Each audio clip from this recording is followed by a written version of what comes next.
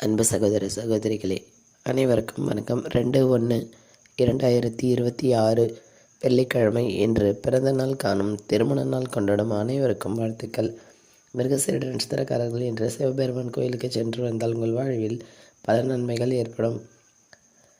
மிருகசீரிட நட்சத்திரக்காரர்கள் மிகவும் இலகிய மனம் கொண்டவர்கள், தன்னடக்கம் மிகுந்தவர்களாக இருப்பீர்கள், மரியாதை கொண்டிருப்பீர்கள், அனைவரிடத்திலும் உற்சாகமாக பேசுவதுடன் அன்பு நிறைந்தவர்களாக இருப்பீர்கள்.